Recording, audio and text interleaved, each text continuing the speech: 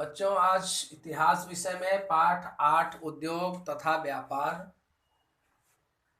इसमें आज हम साइकिल उद्योग, खादी तथा ग्रामोद्योग, कृषि उद्योग, खनिज संसाधन, वन संसाधन, मत्स्य उद्योग के विषय में अध्ययन करेंगे। सबसे पहले हम साइकिल उद्योग। साइकिल उद्योग भारत का प्रमुख उद्योग रहा है। साइकिल का उत्पादन भारत के पंजाब और तमिलनाडु राज्य में विशेष तौर से होता है। पंजाब के लुधियाना में साइकिल उद्योग व्यापक पैमाने पर चलता है। भारत से साइकिल का निर्यात विदेशों में आपका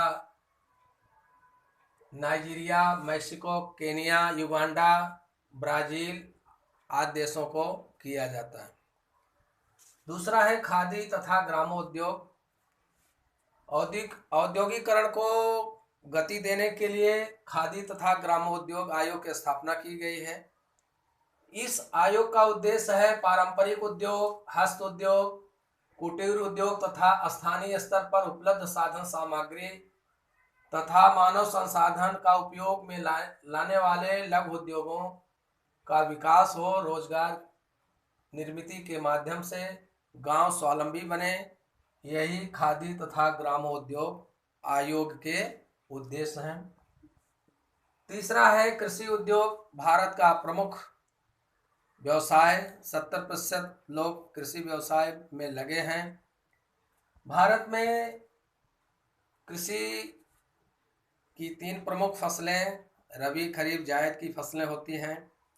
और रबी में आपको गेहूं प्रमुख फसल है, खरीफ में चावल होता है, और जायद जो गर्मी की फसलें हैं, पानी वाली फसलें। इस तरह से साल के 12 महीने विभिन्न फसलों का उत्पादन होता है।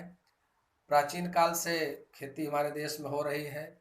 पहले यंत्र उपकरण नहीं थे तो आदमी श्रम के द्वारा, हल बैलों के द्वारा खेती करता था। बाद में यंत्रीकरण की प्रक्रिया शुरू हुई। धीरे धीरे ट्रैक्टर खेती में आ गए, मशीनें, और अभी कटाई, पिटाई, मड़ाई के लिए सब मशीनें आ गई हैं। तो इस तरह से खेती में अब यंत्रीकरण का विस्तार हुआ है। पानी की बचत हो, टपक सिंचाई योजना पद्धति से भी सिंचाई की जाती है, कम पानी लगे और समुचित ढंग से। सरकार द्वारा किसानों को ऋण की व्यवस्था समय समय पर दी जाती है। कृषि प्रशिक्षण पंचायत समितियों द्वारा किसानों को प्रशिक्षण दिया जाता है, वो अपनी खेती किस तरह से करें। किसानों को खेती में लगने वाले यंत्र, खाद, बीज, इन सब दवाइयाँ, कीटनाशक, ये सब की सुविधा सरकार के द्वारा सस्ते दर पर किसानों को उपलब्ध कराई जाती है। उनके माल को, उनके उपज को स्टोर किया जा सके, सुरक्षित रखा जा सके, इसके लिए गोदाम का निर्माण सरकार करती है, स्टोरेज बनाती है।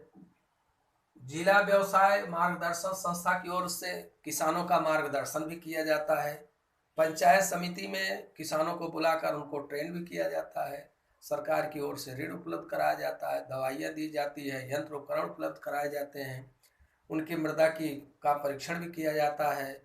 और इस तरह से जो जरूरी कदम है वो सरकार के द्वारा उठाए जाते हैं, जिससे किसान अपनी खेती में अच्छा उत्पादन कर सके।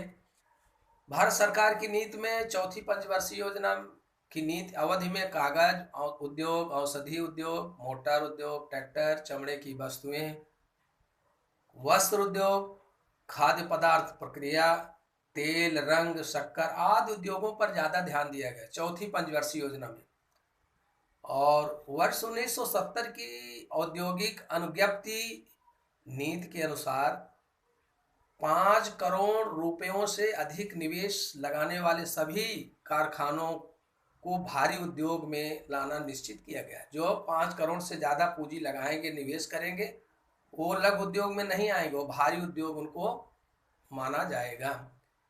और दूसरी छूट दी गई 1970 में ही, सरकारी क्षेत्र के लिए जो आरक्षित न रखते हुए स्थान को, उसको भारी उद्योग में निवेश करने की स्वतंत्रता बड़े औद्योगिक संस्थानों और विदेशी कंपनियों को देना निश्चित किया गया कि सरकारी क्षेत्र के लिए जो स्थान आरक्षित नहीं रहेंगे उसमें बड़े औद्योगिक संस्थान भी अपनी पूंजी लगा सकते हैं। प्राइवेट निजी कंपनियां भी जो है, विदेशी कंपनियां भी उसमें अपनी पूंजी लगाकर उत्पादन कर सकती हैं।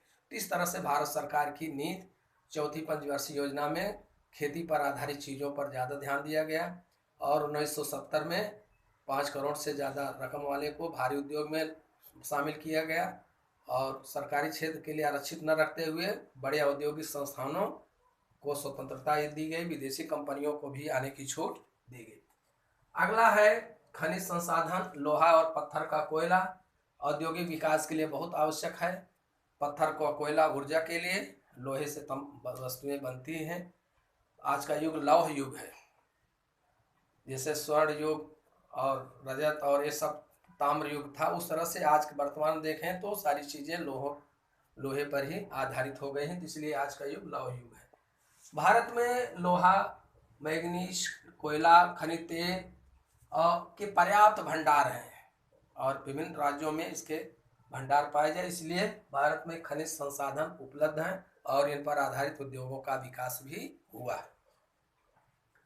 वन संसाधन, वनों का संरक्षण करना केंद्र और राज्य सरकार दोनों का दायित्व है और वन पर आधारित उद्योग जैसे आपके हैं कागज, अखबारी कागज, रेशम, माचिस, औषधि वनस्पति, शहद है, लाख आदि उद्योगों के लिए वन का होना आवश्यक है। वन रहेंगे तभी आपको कागज, अखबारी कागज मिलेगा, रेशम के कीड़े तभी वहां पर रेशम तैयार करेंगे, माचिस, औषधि वनस्पतियां आपको वनों से ही प्राप्त होती हैं, शहद वनों से ही मिलेगा, लाख, ये सब वन पर ही आधारित उद्योग है।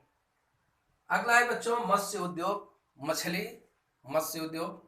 ये दो तरह का होता है। मीठे जल, आपका तालाब, पोखरा, नदी, नहर, कुएं, झील, ये सब में मीठा जल जो वर्षा का पानी होता है, यहाँ जो मछलियाँ पैदा की जाती हैं, इनको मीठे जल का मत्स्य उत्पादन कहते हैं। और समुद्री क्षेत्र में खारे पानी में जो मछलियाँ पैदा की जाती हैं, पकड़ी जाती हैं, उनको सागरी क्षेत्र का।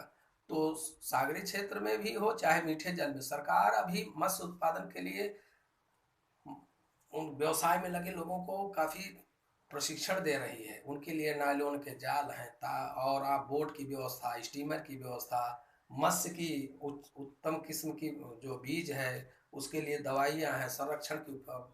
और इस तरह से गांव देहात में भी आप देखेंगे तो तालाब कुएं को जो है तालाब पोखरे खोलने के लिए सरकार पैसा भी दे रही है, पानी के लिए, रख रखाव के लिए, बीज डालने के लिए पैसा लोन देती है और उत्पादन करिए, बाद में धीरे धीरे लोन भरिए। तो इस तरह की सुविधा है। सागरी क्षेत्र में भी सरकार हर तरह की सुविधा दे रही है।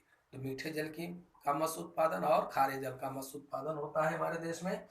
इस तरह से इसके लिए भी सरकार की तरफ से काफ़ी सुविधाएं मत्स्य व्यवसायियों को दी जाती हैं, जिससे मछली उत्पादन में जो है अच्छा निवेश लोग करें, उसका उत्पादन करें और देश में उसकी मांग को पूरा कर सके। तो इस तरह से बच्चों आज के वीडियो में हमने साइकिल उद्योग के विषय में अध्ययन किया, खादी ग्रामोद्योग, कृषि उद्योग, खनिज संसाधन, वन और मत्स्य उद्योग। इस तरह से आज के वीडियो में इन सब प्रमुख उद्योगों का अध्ययन किया। आज का वीडियो यहीं पर समाप्त होता है। धन्यवाद।